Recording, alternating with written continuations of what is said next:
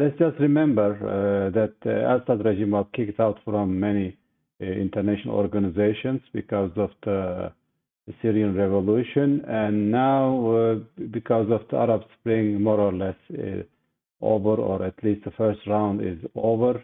They want to normalize and keep the business as usual in the Arab world, and we also witness many seismic radical changes around the globe. So everybody is taking some position, and as we know, the Arab countries are generally they have not a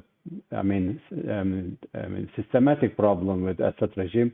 Some of them are against Assad regime because they are aligned with Iran, not because they are not democratic. And now things, especially in the Arabian Gulf, Saudi Arabia and some other countries are making deals and understanding with Iran. Now their competition looks like is becoming over, and now we have a new scene, new context that they want to deal also with the Assad regime as part of the regional status quo, let's say, but a changing status quo also. Turkey also taking new steps to maybe to deal with the Assad regime, not to normalize with the Assad regime, because Turkey supported the democratic opposition, especially in northern Syria.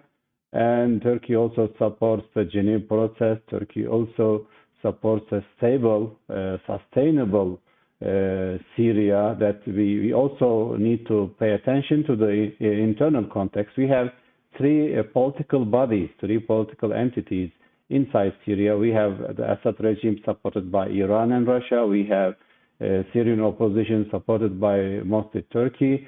And we have the PKK and PYD, YPG, all the namings, different acronyms, and they're supported by America and somehow by the West. And of course, they have different rules, different contexts. And of course, Turkey, after realizing that America wants to divide Syria and build a PKK state there, and Turkey is changing the game a little bit by, especially started with the Astana process, now also with the talking to the Assad regime, is trying to prevent this division in Syria, plus prevent building a terrorist state in the middle of the Middle East, and especially a neighbor to Turkey.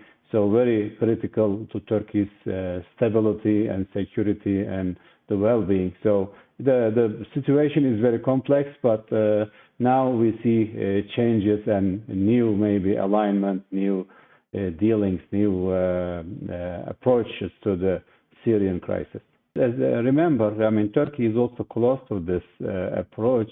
Remember, we have the Geneva process, which is frozen, and nobody is pushing for that, especially American hypocrisy or American, double take or double standard on this, saying democracy and saying the Geneva process, of course, is sanctioned by the UN, and but now not proceeding the way it's supposed to be, and we need this process to go forward with the new constitution writing, new process, also elections and all this. And Qatar also supporting this process. I think the international community is still supporting this process, but it is frozen. It can be mobilized. It can be reactivated, quickly, if especially America and others want it. And now we will, especially now, some countries are pushing the envelope. Turkey also is pushing the envelope to make, the West to decide whether they want democracy in Syria, or especially to enact the Geneva process and this political resolution to the Syrian crisis.